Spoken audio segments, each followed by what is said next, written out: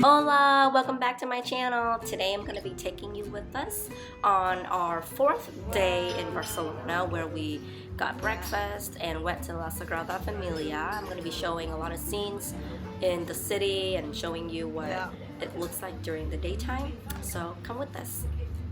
And if you guys are new to my channel, don't forget to hit like and subscribe to Traumatic Life. Let's get going. So first stop, we were at a bakery for some breakfast. This one was just a place that we found on La Rambla. I thought it was a pretty cute coffee shop. Their pastries were very beautiful and delicate. We got this strawberry tart. My husband ordered a cappuccino. I don't really drink coffee in the morning, so I didn't go with any beverages, but I ended up with a croissant, a strawberry tart, and that was enough to kind of get me going for the day.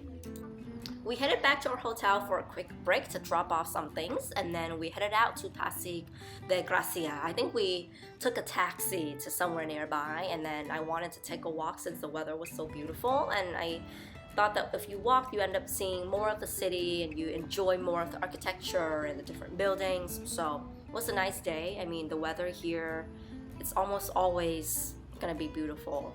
We went in March. It was kind of mid-March, and I can tell you that it was very much long sleeve dresses, or you can wear dresses with a sweater or just a very light jacket or cardigan, and it was honestly so perfect.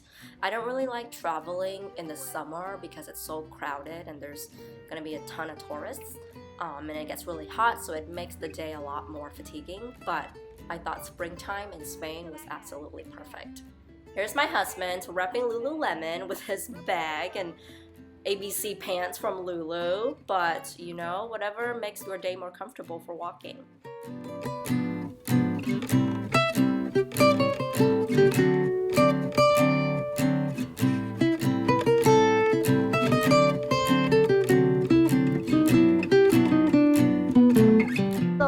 Then we stopped by for lunch at ParkingPizza. This is a pretty cool concept where they kind of bought out an abandoned parking structure and turned it into a pizza place where you can see people making pizza in the back with the dough and doing all the steps kind of in front of you there. And it looks very industrial, but it gives a cool vibe.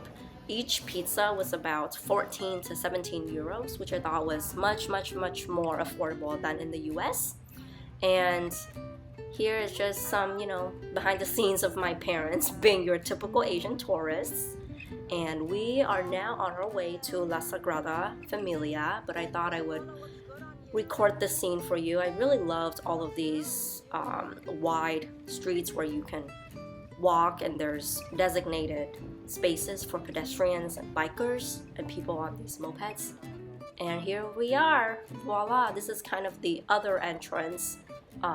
Actually, this is the main entrance to the church, but oftentimes people can take pictures from the other side. But let me just walk around and show you guys what it looks like.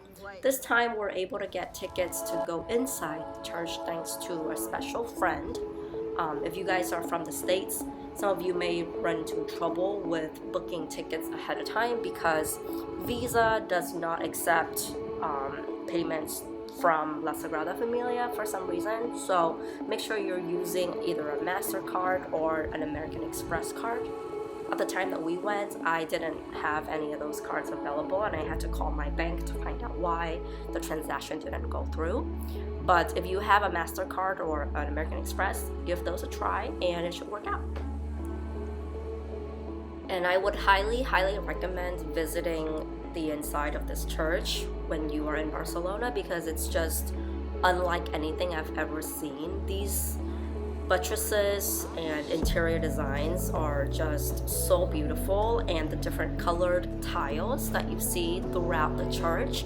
I was listening to the audio that they handed us at the entrance, and they were saying that it correlates to which way the sun sets and rises. So on one side you will see more kind of blues and greens, which would be at the time of sunrise because it hits that side of the building, so the light would reflect differently. And then on the other side, which is more the orange hues, kind of a yellow, orange, reds, and those are going to be more reflective at the time of sunset. So the way this church was designed, I thought it was a masterpiece in each detail that Anthony Gaudi thought out, and everything is in dimensions of 7.5.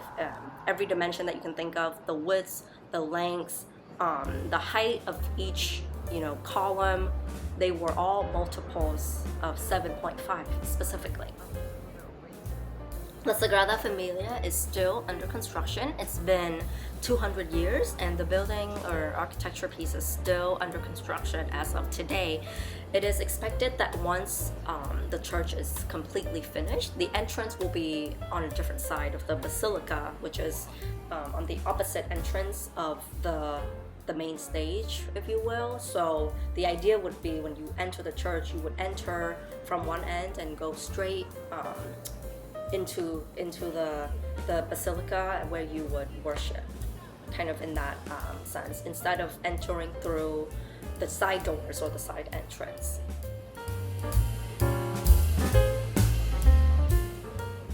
I would maybe allow at least 3 hours if you're planning on visiting La Sagrada Familia. It does take about 15 to 20 minutes by taxi if you're going from La Rambla or Paseo de Gracia. Walking is possible, but it does take longer, maybe close to 35 to 45 minutes. This is a rendition, a model of what the church will look like once it's finished, and this was nearby at a Vincent's store. I think it's the store that sells chocolates and turrons.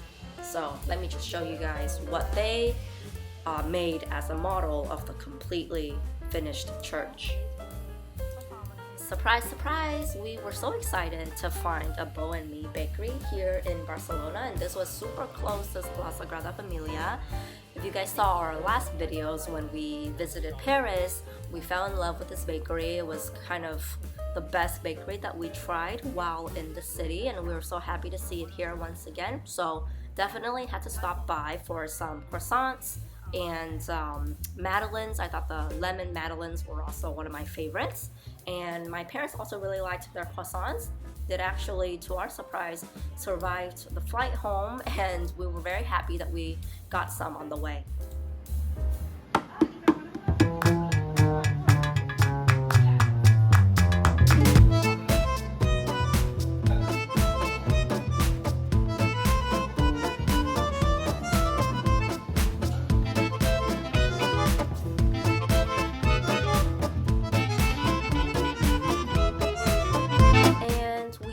Day with some pintxos. I wanted to take my mom to a nearby tapas place.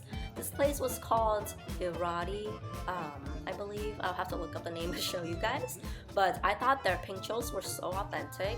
They were €2.50 each, and it's kind of a self-serve business model where you walk around, grab a plate, and pick whatever you thought looked interesting and wanted to try out, and at the end of your dining experience, your waiter will come by and count the toothpicks on your plate, and then they'll just multiply it up and give you a bill at the end.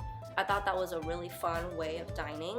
You can actually get full from eating these, even though they look so small and delicate, but the salmon was my favorite. I thought it was so fresh. The garlic gave it so much flavor, and the bread was a perfect amount of crunch and soft.